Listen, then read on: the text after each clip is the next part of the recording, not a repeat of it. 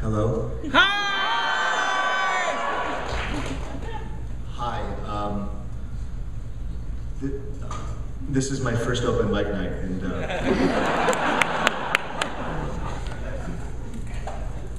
is he supposed to be there? Yeah,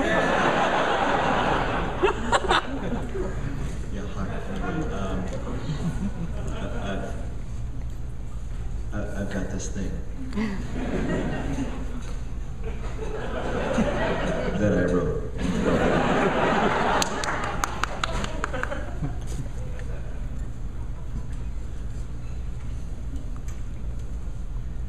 I have this dream.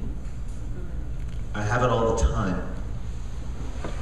In my dream, the intruder, dressed in his tuxedo or wetsuit, or both, falls into the corridor that I patrol via the air vent that we never do anything about. He crushes Barry's windpipe with the side of his hand, and Barry hits the floor and he gasps for breath like a fish, and his eyes filled with horror and sadness and resignation.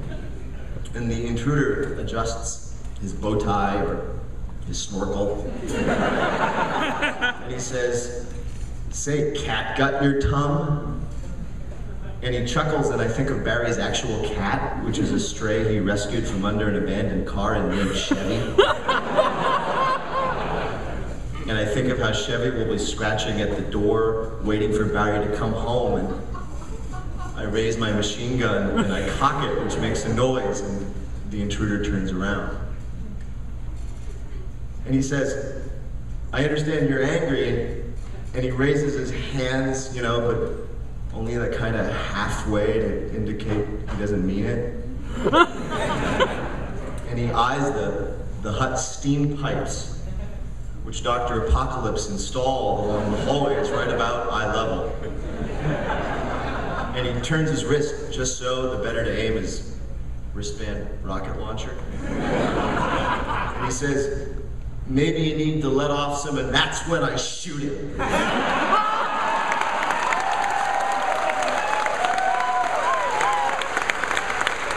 A short burst right in his chest and another in his belly, and he falls into a puddle of himself, and I walk over and I stand over him and I say, "Cat got your tongue, you stupid cliche spouting son of a bitch."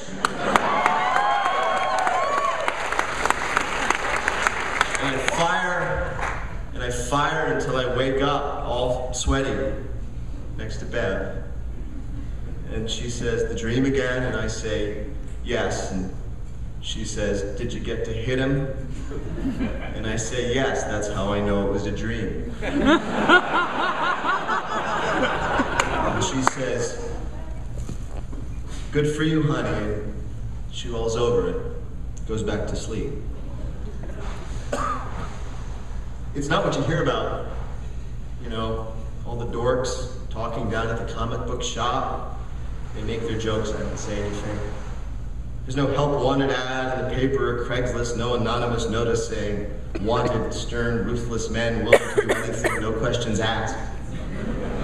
The doctor used to do it that way, but you get loose cannons, egotists, guys who thought they should be in charge. No, it's the kind of, if it's the kind of work you're good for, that you're good at, they'll find you. And they don't tell you what it is, not at first. They say, "We're looking for men who can rise to a challenge, but only when we tell them to." They let you figure out what the work is the first time you pull hostage guarding duty or have to feed the man-eating sharks and look at what's in the bucket. And you're okay with it, you know. By that time you're enjoying the benefits, the hours, the jumpsuits.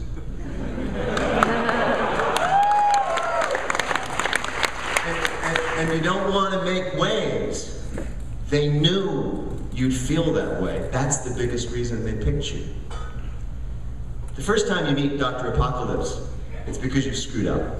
I think they set you up for that, you know. They tell you, Just make sure you bolt down that energy beam projector right, or the doctor won't like it. And they shake their heads and they pull their fingers across their throat, you know? So you bolt it down as tight as you can until the wrench gives you blisters. But of course, the intruders, when they come, they just saw a big circle around it on the floor, and it falls down into the cellar where they've got their submarine, and you can hear them laughing, and you fire into the hole, and they keep laughing. So they bring you to see Dr. Apocalypse, and he's just as you imagined, with his white lab coat, the goggles he never takes off, and he rails at you in his raspy voice, and you're thinking, is this the same guy who sends those handwritten personal notes along with your employment evaluation? Who writes those really sweet anecdotes about his early days as a street criminal for the secret-based newspaper? It is, though. This is just his other side. So you listen as he rails about your incompetence and your failures, and then he pulls a lever and you fall into the piranha tank. Doesn't hurt much. It's shocking to hit the water even if you're ready for it, and the piranhas do nibble a bit. But pretty soon they open the tank and they take you out and hand you a towel and a fresh jumpsuit. And you're instructed to keep away from Dr. Apocalypse for a while, and if you do see him, to answer to another name. Sometimes I wonder if Dr. Apocalypse knows he's being fooled by his number one, you know, because actually feeding the employees to meat-eating fish would be murder on morale and employment retention, even in this economy. But I think the doctor really believes it. The really nice note he sent on my 4th anniversary at the secret base was addressed to somebody with a different name, although it did mention Bev and the kids. It's weird.